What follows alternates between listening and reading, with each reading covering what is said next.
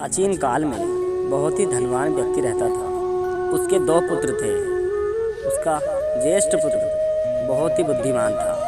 समय आने के पश्चात उन दोनों पुत्रों के माता पिता का देहांत हो जाता है। माता पिता के देहांत होने के पश्चात उन दोनों में वैराग्य उत्पन्न हो जाता है। दोनों भाइयों में धन संपत्ति का परित्याग कर दिया और ऋषि परवज्जा के अनुसार और गंगा तट पर कुटी बनाकर रहने लगे। दोनों की कुटिया अलग अलग थी।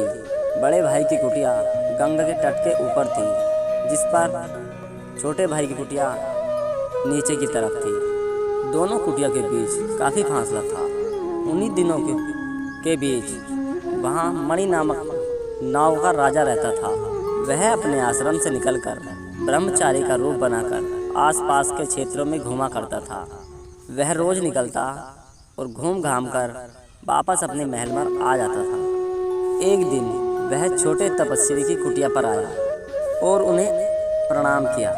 तपस्वी ने उसे आदर के साथ ब्रह्मचारी समझकर कुटिया के अंदर बैठाया। दोनों ने एक दूसरे का हाल चाल पूछा और आपस में वार्तालाप किया और कुछ देर बाद नागराज वहाँ से विदा लेकर चला गया।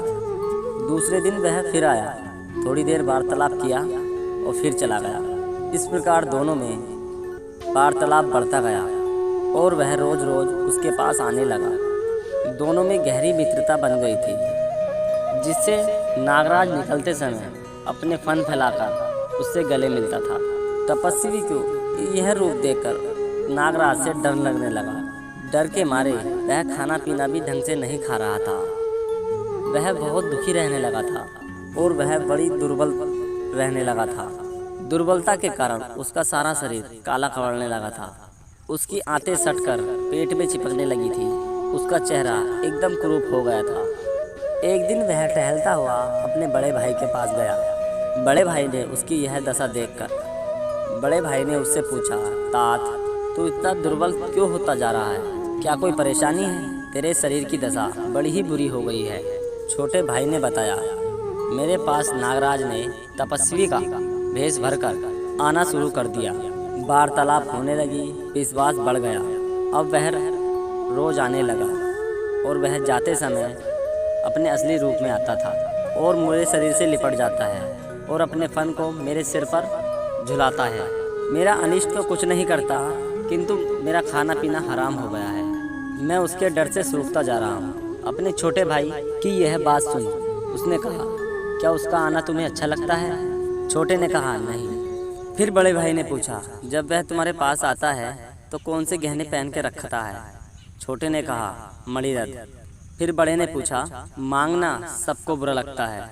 जब अगली रात नागराज तुम्हारे पास आए तो उसके बैठने से पहले ही कह देना कि कृपया ये अपनी मणि मुझे दे दे। सुनते ही वह तुरंत लौट जाएगा। अगले दिन जैसे ही नागराज उससे मिलने आया, दरवाजे पर आए तो उससे मणि मांगना। तीसरे दिन जब दरवाजे से निकले तब उससे मणि मांगना। वह मांगने से तंग आकर तेरे पास आना बंद कर देगा। जो आ गया। यह कहकर छोटे भाई ने बड़े भाई का अभिवादन किया और अपनी कुटिया में लौट गया। अगले दिन जब नागराज उसके पास आया तो छोटे भाई ने कहा कि तात, कृपया अपनी मणिरत्न मुझे दे दे। यह सुनकर नागराज तुरंत ही कुटिया से लौट गया।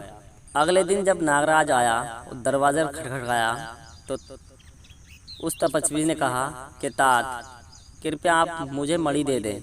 आप कल तो सुनते ही लौट गए थे। नागराज आश्रम में प्रवेश किए बगैर ही वहाँ से लौट गया। तीसरे दिन तपस्वी नदी किनारे खड़ा हुआ इंतज़ार करता रहा। जैसे ही नागराज आया उसने वही कहा कि तात, मैं तुमसे 3 दिन से मणि मांग रहा हूँ, किंतु आप देते नहीं हैं।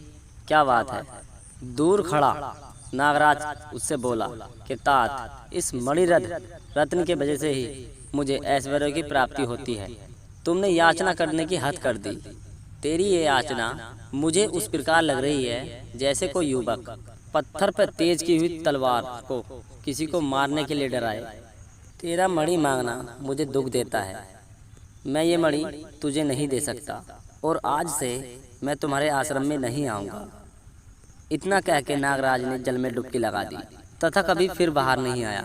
एक दिन अपने छोटे भाई का ज्येष्ठ तपस्वी अपने छोटे भाई की कुटिया में आया और अपने छोटे भाई की स्वस्थ देखकर उसे बहुत प्रशंसा हुई। उसने कहा कि तात, तुमने देखा, किसी से भी उसकी प्रिय चीज मांगने पर दूसरे के प्रति द्वेष होता है। नागराज 7 रत्नों से परिपूर्ण है, धन की उसके पास कोई कमी नहीं है, लेकिन उसे भी अपने प्रिय वस्तु की याचना अप्रिय लगी। कोई भी इंसान मांगने वाले इंसान को उसे पसंद नहीं करता। कोई भी यही नहीं चाहता कि उसकी प्रिय वस्तु उससे मांगी जाए। इसलिए अनचाहे और बुरे व्यक्ति से पीछे छुड़ाने का एक ही उपाय है कि उससे उसकी प्रिय चीज़ मांग लो और वे फिर धीरे धीरे खुद आपसे अपनी दूरी बनाने शुरू कर देंगे।